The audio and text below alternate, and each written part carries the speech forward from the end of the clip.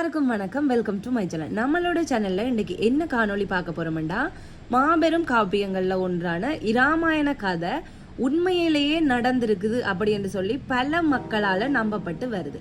ஆனா வேறு சில மக்களால அது உண்மையாவே நடக்கல, இது கற்பனை ரீதியாகவோ புராணம் ரீதியாகவோ கதை வழியாகவோ இல்லைன்றா மக்களுடைய கற்பனை கதையாக இது இருக்கலாம் என்று சொல்லி ராமாயணத்துக்கு எதிரான எதிர்மறை கருத்துக்களுமே வந்துட்டு இருக்கு.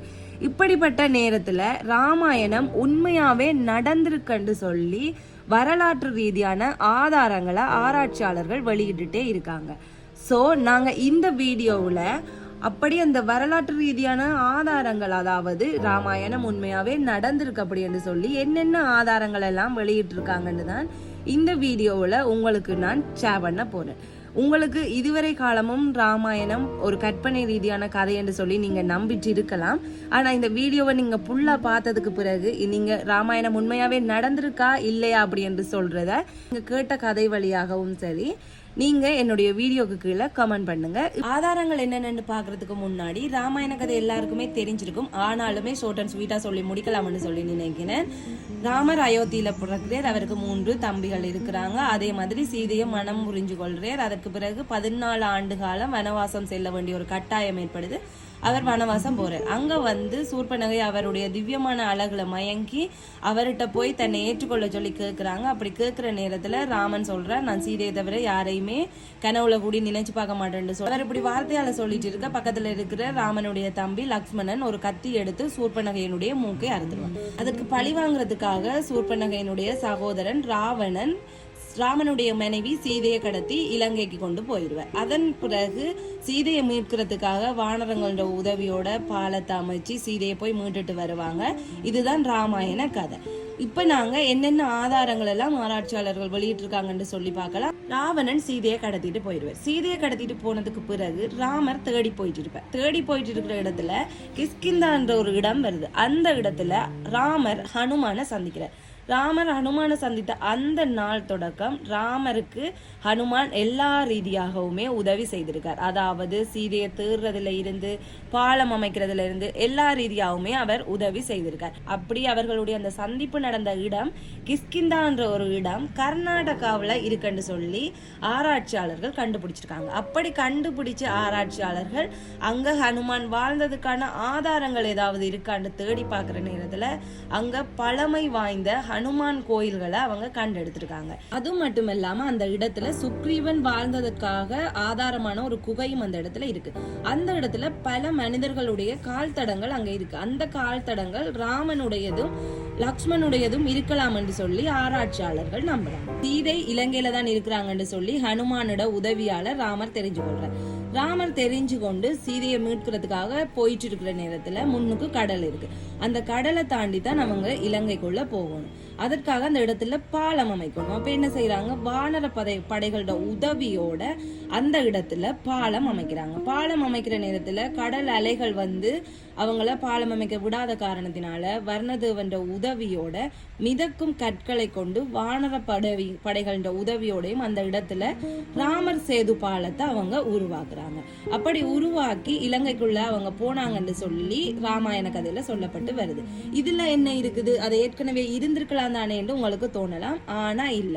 ஏன்னு சொன்னா இப்படி கடலுக்கு நடுவுல ஏதாவது வேறு பாலங்கள் உலகத்துல இருக்கான்னு சொல்லி வரலாற்று ரீதியான ஆராய்ச்சிகளை மேற்கொள்ற நேரத்துல அப்படிப்பட்ட பாலம் இதுவரையுமே ஆராய்ச்சியாளர்களால கண்டுபிடிக்க முடியல. அப்படி கண்டுபிடிக்கப்பட்ட ராமர் சேது பாலம் ராமனுடைய காலத்துக்கு சொந்தமான கற்களை வைத்து மனிதர்களால கட்டப்பட்டிருக்கு. இது இயற்கையாகவே உருவாகல அப்படி என்று சொல்லி விஞ்ஞானிகள் ஆதாரபூர்வமாகவே நிரூபிச்சிருக்காங்க. ராமாயண போர் நடந்துட்டு இருக்கு. இந்த நேரத்துல லக்ஷ்மணன் அந்த இடத்துல காயமாயிரு. அவரை குணப்படுத்துறதுக்கு தேவையான மருந்து இமயமலையில இருக்குன்னு சொன்னதுமே ஹனுமான் இமயமலையை நோக்கி பயணம் செய்தார். இமயமலையை நோக்கி பயணம் செய்து அந்த இமயமலையில ஒரு பகுதியை தன்னுடைய கரங்கள்ல ஏந்தி கொண்டு வருவார். அப்படி ஏந்தி கொண்டு வந்த அந்த மலையினுடைய பெயர் சஞ்சீவ் மலை. அந்த மலையில இருக்கிற சில மருத்துவ செடிகள் இலங்கையில ஒரு சில இடங்கள்ல விழுந்ததாகவும் அந்த செடிகள் இன்னுமே இலங்கையில ஒரு சில பகுதிகளில் இருக்கிறதாகவும் ஆராய்ச்சியாளர்கள் கண்டுபிடிச்சிருக்காங்க. ராவணன் சீதையை கவர்ந்துட்டு போயிட்டு இருக்கிறப்போ ஒரு பறவை அவரை தடுக்கிறதுக்கு முயற்சி செய்யும். அப்படி அந்த பறவையை ராவணன் கொடூரமான முறையில தாக்கிட்டு அந்த இடத்துல இருந்து சீதையை கூட்டிட்டு புறப்பட்டு போயிடுவேன். இப்படி அந்த இடத்துக்கு ராமர் வருகை தாரார். ராமர் வருகை தந்து அந்த பறவையை பார்த்து எழுந்துருன்னு சொல்றார். ஆனா அந்த பறவையால எழுந்திருக்க முடியல. ஏனென்றா ராவணன் கொடூரமா அந்த பறவையை தாக்கியிருப்பார். அப்படி அந்த பறவையை எழுந்திருக்க முடியாட்டியுமே அங்க நடந்த எல்லாத்தையுமே ராமனிட்ட சொல்லுது. ராமனிட்ட சொல்லிட்டு அந்த இடத்திலேயே தன்னுடைய உயிரையும் விட்டுட்டு, ஆனா அந்த இடத்தினுடைய பெயர் லே பக்ஷி அப்படின்னு சொல்லி அழைக்கிறாங்க. அந்த இடம் இன்னுமே கர்நாடகாவுல இருக்குது. லே என்று சொன்னா தெலுங்குல எழுந்துரு, பக்ஷி என்று சொன்னா பறவை. அப்ப பறவையே எழுந்திருந்து அந்த ராமன் சொன்ன வசனத்தை தான் அந்த இடத்துக்கு லே பக்ஷி அப்படின்னு சொல்லி வந்திருக்குது. அந்த இடம் இன்னுமே இருக்கு. அதனால வரலாற்று ரீதியாக ராமாயணம் உண்மையாவே நடந்திருக்கு அப்படின்னு சொல்லி ஆராய்ச்சியாளர்கள் கூறுகிறார். மற்றும் ஒரு ஆதாரம் என்னன்னு சொல்லி பார்க்கலாம். ராமன் ராவணனை அழிச்ச பிறகு இலங்கையில இருந்து 21 நாட்களுக்குள்ள அயோத்தி திரும்பினதா ராமாயண கதை சொல்லுது. ஆனா எப்படி ஒரு மனிதன் இலங்கையில இருந்து அயோத்திக்கு வருகிறதுக்கு 21 நாட்கள் எடுத்திருக்குமா, இது கற்பனை கதையா இருக்குமா அப்படின்னு சொல்லி நினைச்சிட்டு இருக்கிற நேரத்துல கூகுள் மேப்போட உதவியோட போய் பார்க்கும்போது உண்மையிலேயே இலங்கையில இருந்து அயோத்திக்கு வர்றதுக்கு 21 நாட்கள் எடுக்கும், அதாவது நடந்து வருவதற்கு 21 நாட்கள் எடுக்கும் என்று சொல்லி கூகுள் மேப்பும் தெளிவாவே சொல்லுது. இதை வச்சும் நாங்க ராமாயணம் உண்மையா நடந்திருக்குன்னு சொல்லி நம்பலாம். மற்ற ஆதாரம் என்னன்னு சொல்லி பார்க்கலாம். ஹனுமான் சீதையை தேடி இலங்கைக்கு போறார்.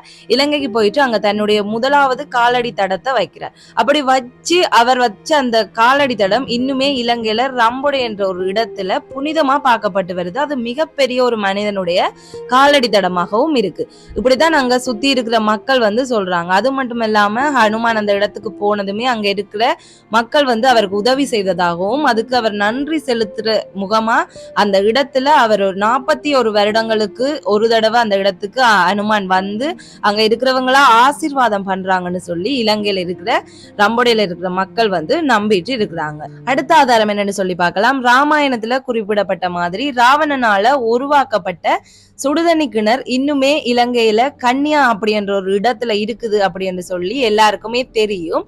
இது ராவணனால உருவாக்கப்பட்டது ஒன்றுன்னு சொல்லி இதிகாச கதைகள் கூறுது. இதை வச்சு பார்க்கும்போதும் ராமாயணம் உண்மையிலேயே நடந்திருக்கு அப்படின்னு சொல்லி நம்பப்பட்டு வருது. இப்ப நீங்க இந்த வீடியோவை ஃபுல்லா பார்த்திருப்பீங்க. இந்த வீடியோ பார்த்த வரைக்கும் உங்களுக்கு என்ன தோணுது? ராமாயணம் உண்மையிலேயே நடந்திருக்கா இல்ல இது கற்பனையா தான் இருக்கா அப்படின்றது உங்களுக்கு என்ன தோணுதுன்றதை நீங்க கமெண்ட் செக்ஷன்ல மறக்காம பதிவு பண்ணுங்க. தொடர்ந்து உங்களுடைய ஆதரவை இந்த சேனலுக்கு தாங்க. இனி இன்ட்ரெஸ்டிங்கான வீடியோ இந்த சேனல்ல நான் உங்களுக்காக போட்டுட்டே இருப்பேன்.